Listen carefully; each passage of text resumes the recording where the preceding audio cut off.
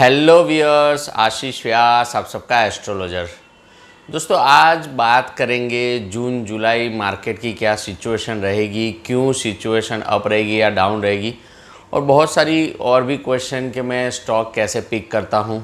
उन सभी चीज़ों पे आज डिटेल में बात करेंगे। लेकिन सबसे पहले चैनल को सब्सक्राइब, बेल आइकन को प्रेस करें। डिस्क्रिप्शन में दूसरा चैनल है, उसे सब्सक्राइब कर ले, बहुत इंपॉर्टेंट चैनल है। मेरे 5 स्टार ग्रुप को ज्वाइन करने के लिए नंबर है 9998497800। मैं प्योर इन्वेस्टमेंट बेस्ड सर्विसेज देता हूं, तो मुझे व्हाट्सएप पे मैसेज करें, मैं पूरा प्रोसेस समझाऊंगा कैसे ज्वाइन कर सकते हैं। लेकिन आज सबसे पहले बात करेंगे आगे मार्केट क्या रहेगा। जैसे मैं प्रिडिक्ट कर चुका हूं, 15 जुलाई से 30 जुलाई के बीच में मार्केट में करेक्शन होगा। क्यों होगा, क्या रीजंस हो सकते हैं। जुलाई और अगस्त का महीना सूर्य शनि आमने सामने रहने वाले हैं। शनि मकर, सूर्य कर्क राशि में आएगा। इसके चलते एक भारी विष योग बनेगा, जिसके आंशिक इफेक्ट 15 जून से 30 जून के बीच में रहेगी, जो मैं बोल चुका हूँ। यहाँ हमने मार्केट को 15,900 से 15,450 के बीच में देखा है, तो 450 पॉइंट का यहाँ पर करेक्शन हुआ है। लेकिन ये एक आंशिक इफेक्ट है। मेजर इफेक्ट आएगी जुलाई महीने में, जहाँ 500 से 1000 पॉइंट का करेक्शन आ सकता है। कम से कम 500 से 700 पॉइंट, मैक्सिमम 500 से 1000 पॉइंट। मुझे मिनिमम यहाँ मिनिमम और मैक्सिमम ये दिख रहा है, जो 100% आएगा। जो अब तक मैंने प्रिडिक्ट किया उस हिसाब से हुआ है, और ये भी प्रिडिक्शन परफेक्ट साबित होगा। लेकिन क्यों होगा, तो जुलाई अगस्त में सूर्य वीक होगा। सूर्य इंडिया की कुंडली में पब्लिक का प्लैनेट है, तो पब्लिक को बहुत बड़ी परेशानियां होने वाली है। अब ये परेशानी में कोरोना की थर्ड वेव, अब थर्ड वेव किसको बोलते हैं, कितने नंबर्स के बाद थर्ड वेव डिक्लेयर करते हैं ये पता नहीं, लेकिन कुछ ना कुछ प्रॉब्लम होगी पब्लिक को। इसके अलावा शनि के वक्री होने से वॉर वाली सिचुएशन रहेगी, जो वीडियो मैं ऑलरेडी बना चुका हूँ। इंडिया पाकिस्तान हो सकता है, इंडिया चाइना हो सकता है, कोई ना कोई वॉर सिचुएशन रहेगी। कुछ ना कुछ इकोनॉमिकल कंडीशन के चलते यहाँ पर मार्केट में डाउन ट्रेंड आ सकता है। तो ये सारी संभावनाएं हैं, लेकिन मार्केट डाउन का ये सही है। 16,000 से 16,200 के बीच में 10 जुलाई तक मार्केट रहेगा। इस वक्त 15,800 की सीरीज़ में चल रहा है, वहाँ 16,200 तक मार्केट जा सकता है 10 जुलाई तक। तो 10 जुलाई आने के बाद मार्केट में उसके बाद जो करेक्शन शुरू होगा, उससे पहले एक बार एग्जिट कर देना है। ठीक है दोस्तों।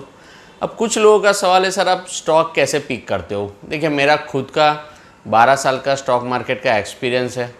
मैं 12 साल स्टॉक मार्केट में काम कर चुका हूँ। ICICI बैंक में सीनियर ऑफिसर था, कैपिटल मार्केट डिवीज़न में गुजरात हेड रह चुका हूँ, पूरा गुजरात संभाल चुका हूँ। एंजल ब्रोकिंग में सेल्स मैनेजर रह चुका हूँ। अलग अलग यहाँ पर ब्रोकिंग कंपनीज़ में अच्छी पोजीशन पे काम कर चुका हूँ। क्लाइंटों को पहले भी इन्वेस्ट करवाता था, रिटर्न दिलवाता था, तो ये सारी चीज़ें जानता हूँ। यहाँ पर बहुत सारे मेरे क्लाइंट्स हैं जो नॉलेजेबल है, इवन अदर पीपल भी है जो नॉलेजेबल है, जो टाइम टू टाइम मुझे सामने से एडवाइस देते हैं। जैसे कि कई सारे क्लाइंट हैं जो मुझे चार्ट बेस बताते हैं कि भी ये ब्रेकआउट आ गया ये शेयर पे जो आपने सजेस्ट किया है, तो अब यहाँ से ऊपर जाएगा, या नया कोई शेयर हो। या कई सारे क्लाइंट मुझे इनसाइडर न्यूज़ बताते हैं जो मार्केट में आने से पहले मुझे मिल जाती है कई बार। तो ऐसे बहुत से क्लाइंट हैं। कई सारे क्लाइंट मुझे कंपनी का क्या फंडामेंटल है ये बताते हैं। हालांकि एक सीरियस बात मैं ये कहना भी चाहूँगा कि मार्केट में जब तेज़ी चल रही हो, तो यहाँ पर फंडामेंटल कोई ख़ास काम में नहीं आते हैं, क्योंकि तेज़ी के टाइम का आप जानते हो 2007 में भी तेज़ी थी, फालतू से फालतू शेयर भी भाग रहा था। हाँ, लॉन्ग टर्म जब हम इन्वेस्ट करते हैं उसके लिए फंडामेंटल देखना ज़रूरी है, और हमेशा फंडामेंटल देख के इन्वेस्ट करना चाहिए। फंडामेंटल इस वक्त काम भी नहीं कि इसका मतलब ये नहीं कि हम T और Z ग्रुप में इन्वेस्ट करेंगे। हमें इन्वेस्ट तो अच्छी जगह करना है, लेकिन हमें ये डरना नहीं है, क्योंकि इस वक्त हर एक शेयर का PE रेशियो हाई होगा। अब जैसे ये न्यूज़ किस तरह से वर्क करता है मैं आपको बताता हूँ। जनवरी फरवरी के आसपास, आई एम नॉट मतलब मुझे पता नहीं एग्जैक्टली कौन सा टाइम था, पहली बार मैंने न्यूज़ सुना था कि भाई नितिन गडकरी जी इलॉन मस्क से मिलने वाले हैं। मैंने सबको टाटा मोटर्स दिलवा दिए थे, पता था कि इलेक्ट्रिक व्हीकल का ही कुछ होगा, और उस वक्त 170-180 टाटा मोटर्स चला था, आज डबल है। देखिए, मैं डेटा कलेक्ट करता हूँ, और उस डेटा के ऊपर क्या रिएक्शन आएगा उस हिसाब से मैं यहाँ पर शेयर सजेस्ट करता हूँ। तो सभी जगह से डेटा कलेक्ट करता हूँ। यहाँ जैसे बिजनेस चैनल है, CNBC है, जी बिज़नेस है, उन सब में भी देखता हूँ। अब वहाँ हर 2 मिनट में एक शेयर सजेस्ट होता है, आप भी पूरा दिन देखते होंगे, तो अब आप दिन के 100, 150, 200 शेयर अगर वो दे रहे हैं और आपको सिलेक्ट करना है, तो आपके लिए मुश्किल है। दूसरा प्रॉब्लम ये है कि 50 रुपये का शेयर वो कहेंगे 58 का स्टॉप लॉस है, 55, 57 का टारगेट है, तो यहाँ 10, 15, 20% के लिए वो देते हैं, जबकि मैं जो शेयर्स देता हूँ शॉर्ट टर्म का भी और लॉन्ग टर्म का भी, लॉन्ग टर्म की तो बात ही अलग है, लेकिन शॉर्ट टर्म के लिए भी शेयर देता हूँ तो कम से कम यहाँ पर 30-40% रिटर्न वाला देता हूँ। तो ये अलग ही तरीका है। लेकिन इतने सारे शेयर्स जो देते हैं उसमें मेरा खास ध्यान रहता है कि किस बेस के ऊपर हम अच्छा रिटर्न पा सकते हैं, क्योंकि जैसे वही शेयर 57 रुपये का आएगा, फिर वो लोग फिर से 60 रुपीज़ में फिर से सजेस्ट करेंगे, फिर 65-70 का टारगेट देंगे, तो वो लोग सिचुएशन देख के करते हैं। यहाँ मैं एक साथ टारगेट देता हूँ कि 50 रुपये का शेयर 75 या 80 रुपये होगा, ये एडवांस में मैं डिसाइड करता हूँ, जबकि वो लोग कंपेरेटिवली इतना डिसाइड नहीं करते। वो लोग एक टारगेट अचीव होने के बाद ही दूसरा टारगेट यहाँ पर डिसाइड करते हैं। तो आप भी पूरा दिन सारे न्यूज़ चैनल देखते हैं, लेकिन जो शेयर सिलेक्ट करना होता है लॉन्ग टर्म के लिए वो मैं अपने सभी अलग अलग जो पैरामीटर्स है उसमें देख के फिर आपको देता हूँ। तो काफ़ी ज़्यादा इसको बोल सकते हैं कि भाई प्यूरिफाई करते हैं या फ़िल्टर करते हैं। फ़िल्टर से याद आया, कॉफ़ी का एक शेयर दिया था मैंने, आज 10% का सर्किट मारा था। तो इस तरीके से अलग अलग, जैसे बहुत टाइम पहले एक क्लाइंट ने, छोटा क्लाइंट इसलिए कि मेरा मेंबर है, लेकिन पैसे ना होने की वजह से अभी तक उन्होंने कोई शेयर खरीदा नहीं है, लेकिन मुझे एक न्यूज़ भेजा कि भाई अमेज़ोन ने फॉरेन में कोई स्टूडियो एक्वायर किया है, उसमें पुराना स्टूडियो है, जेम्स बॉन्ड वाली सारी मूवीज़ आती थी, तो यहाँ क्लासिक मूवीज़। तो ये न्यूज़ से मैंने क्या न्यूज़ या क्या समझा और किस तरह से इन्वेस्ट करवाया कि भाई अगर अमेज़ोन फॉरेन के रिगार्डिंग क्लासिकल मूवीज़ दिखाएगा पर्टिकुलर, तो इंडिया के अंदर क्लासिकल मूवीज़ कौन दिखाता है? तो जी वाले दिखाते हैं, जी क्लासिक पे। तो जी क्लासिक कौन सी कंपनी में आता है? तो यहाँ जी एंटरटेनमेंट में आता है। मैंने दिलवाया, मेरे खरीदवाने के बाद 25 से 30 रुपये बढ़ गया। तो ये होता है न्यूज़ को कैसे यूज़ करना है। जी इतना अच्छा रिटर्न नहीं दे रहा है, आप देखो 5 साल के रिटर्न उसके इतने खास नहीं है, लेकिन पर्टिकुलर टाइम के लिए बढ़िया रिटर्न दे रहा है। तो न्यूज़ का किस तरीके से यूज़ करना है, जैसे टाटा मोटर्स का न्यूज़ हो गया, जैसे ये न्यूज़ हो गया, जैसे इकोनॉमी ओपन हो रही है और मैं होटल वाले शेयर्स दे रहा हूँ, मैं अलग अलग ऐसे शेयर एयरलाइन वाले शेयर दे रहा हूँ, तो वो शेयर्स ने एक हफ्ते में अच्छा रिटर्न दिया, मैंने सब बिकवा दिया फिर। तो यहाँ कई सारे क्लाइंट हैं जो बहुत अच्छा चार्ट देखते हैं, जो मुझे ब्रेकआउट बताते हैं, जैसे वीराब जी करके हैं, वीराब जी करके मेरे क्लाइंट हैं मुंबई में, तो वो मुझे बताते हैं कि ये इसमें ब्रेकआउट आया है, तो मैं देखता हूँ यस। एक रमेश दुग्गड़ जी करके है जो मुझे इनसाइडर क्या होने वाला है वो बहुत जानकार है, तो मुझे अपने ही शेयर में कई बार बताते हैं, कई बार दूसरे शेयर्स में बताते हैं न्यूज़। इस तरह से कई सारे हैं, सिद्धार्थ जी करके है जो मुझे अलग अलग इन्फॉर्मेशन देते हैं। तो ऐसे 30 से 40 क्लाइंट हैं जो अलग अलग चीज़ों का मुझे पूरा बताते हैं। प्लस मैं न्यूज़ चैनल भी देखता हूँ, प्लस मैं खुद का रिसर्च भी है मेरा। तो सारी चीज़ें मिलाकर, मैं ऐसा नहीं कहूँगा कि मेरे अकेले का एफर्ट्स है, बहुत सारी चीज़ें मिलाकर मैं यहाँ पर देता हूँ और उसके बाद आपके पास शेयर पहुँचते हैं। और क्योंकि ये सारी चीज़ों में मैं एक चीज़ का क्रेडिट, क्योंकि बाय डिफ़ॉल्ट मिलना चाहिए, एक चीज़ जो प्रेडिक्ट करना सबसे मुश्किल है, जो मैं पहले से करता आ रहा हूँ, जैसे मैं कर रहा हूँ कि 15 जुलाई से 30 जुलाई के बीच में मार्केट 500 से 1000 पॉइंट डाउन होगा, ये कोई प्रेडिक्ट नहीं कर सकता है।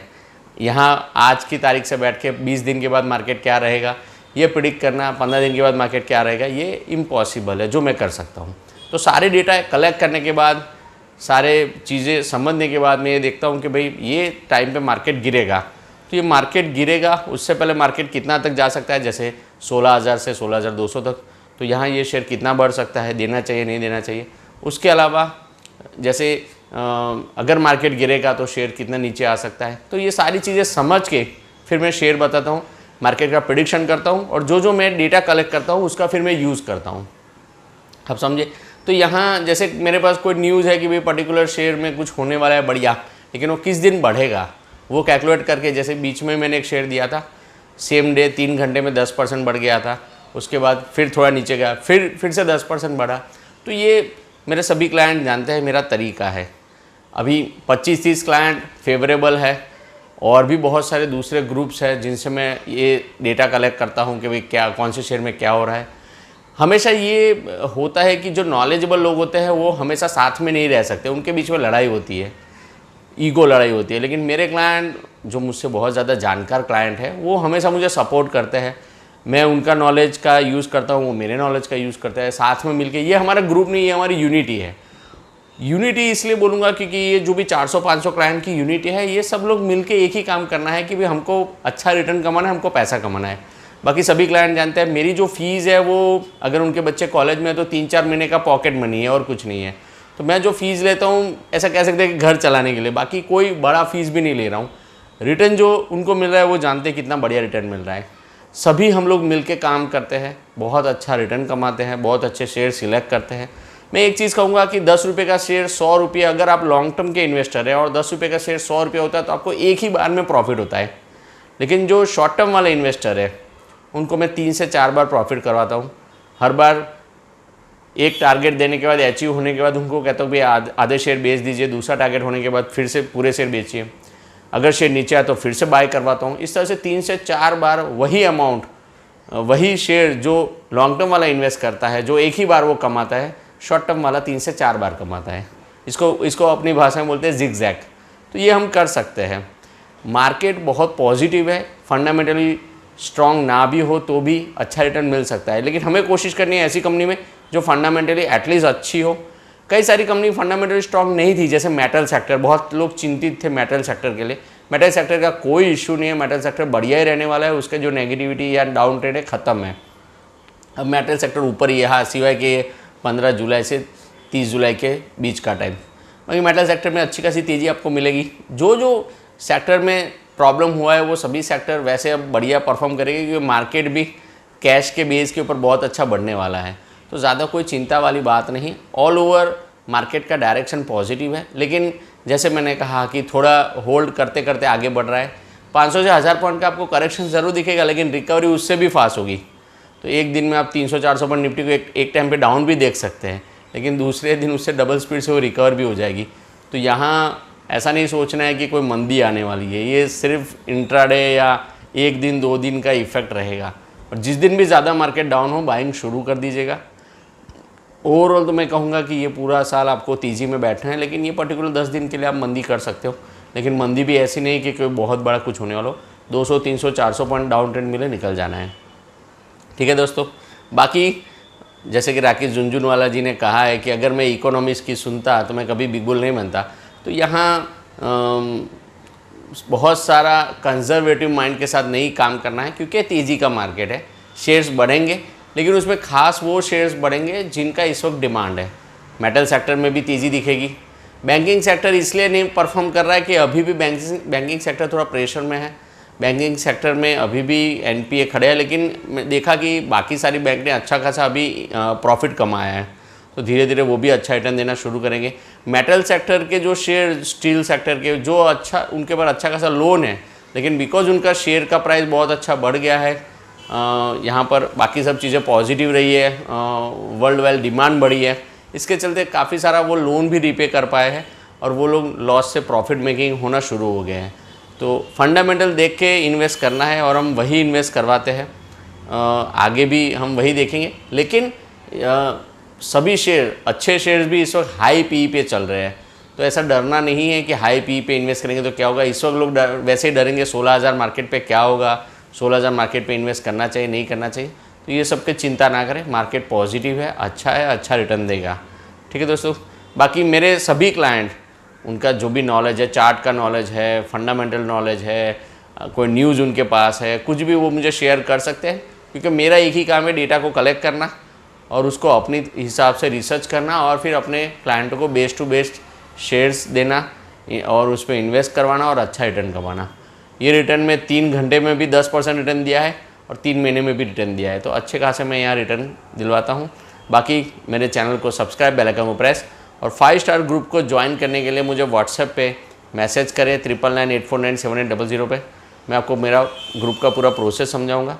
हम लोग मिलजुल के काम करते हैं और ये मेरा भी यही मानना है कि अगर सब साथ में सहकार के साथ और स्पेशली नॉलेज को एक दूसरे को शेयर करते आगे बढ़ेंगे तो हम सभी लोग उसका बेनिफिट ले पाएंगे।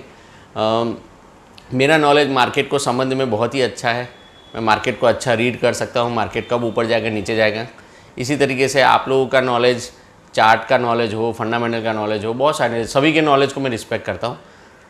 हर एक नॉलेज एक टाइम पे काम में नहीं आता है, लेकिन कई बार जो नॉलेज इस बार काम में आ रहा है दूसरे बार उस नॉलेज शायद काम में ना आए, जो नॉलेज इस बार काम में नहीं आ रहा है वो आगे काम में आए। तो सभी चीज़ें इंपॉर्टेंट है, फंडामेंटल भी ज़रूरी है, टेक्निकल चार्ट भी ज़रूरी है, न्यूज़ भी ज़रूरी है, सभी चीज़ें ज़रूरी है। तो मैं सभी चीज़ों को साथ लेके चलता हूँ और अच्छा यहाँ पर इन्वेस्ट करवाता हूँ और रिटर्न कमाता हूँ। ठीक है दोस्तों, ये कुछ लोगों ने पूछा था कि सर आप कैसे इन्वेस्ट कराते हो, तो मैं उसका थोड़ा डिस्क्रिप्शन दे दिया।